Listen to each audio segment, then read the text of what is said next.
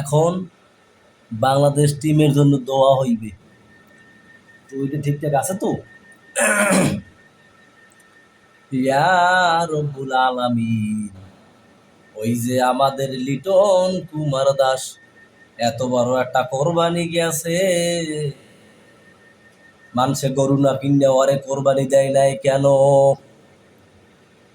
হে যুবকরা, তোমরা ভ্যালভাল করিয়া চাইয়ে দেখো, খেলা দেখবা হরিয়া আমাদের যে ওই লিটন কুমার দাস যেমন রডের বদলে দেয় বাঁশ, সেই লিটন কুমার দাস যে কিনা আমাদের দলের পান মেরে ছেড়ে দেয়। ওই শালারে কেন দলে রাখে আমি জানি না, তোমরা জানলে কমেন্টে বলো। হে যুবক, এত টাকার এমবি খরচ করিয়া মোবাইলের দিক থাকো চাহিয়া, ওই শালার খেলা দেখিয়া কান্দ চোখ ডলিয়া কেন? কেন বলো? আমরা বাঙালি অধীর অপেক্ষায় আছি, কিছু জুতার মালা ওদের গলায় পরিয়া, ওদেরকে বরণ করিয়া আমরা আনবো বাংলাদেশে তুলিয়া।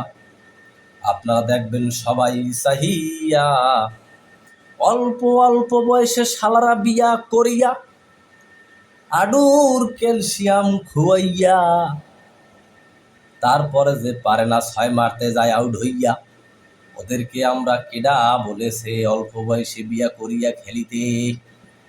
তাই আমরা প্রাণ খুলে দোয়া করি, এবছর পারি না, সামনের বছর পারবো না, এই বছর যেন ওদের সবাইকে ঝোলায় লইয়া যায়। হে যুবক, চাইয়া দেখো, তোমরা চাইয়া দেখো ওরা কি করে, আসে যায় আসে যায় আসে যায়।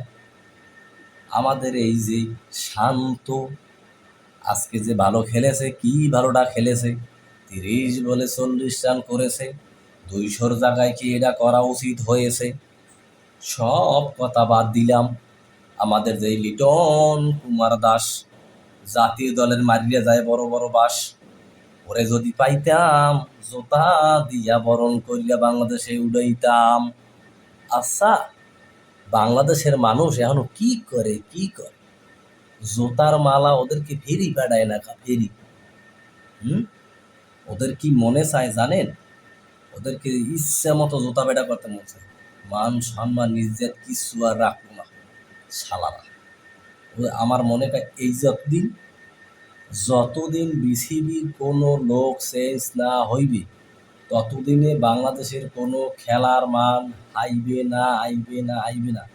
যতদিনে আমাদের এই জাতীয় লেফটিন শান্ত, নাজমুল হোসেন খোন্তা, ও মোষ রাখছে, গোপ বুঝাই কি, যে নতুন দারোয়ানে যেরকম মোষ রাখে না, এরকম মোষ রাখছে।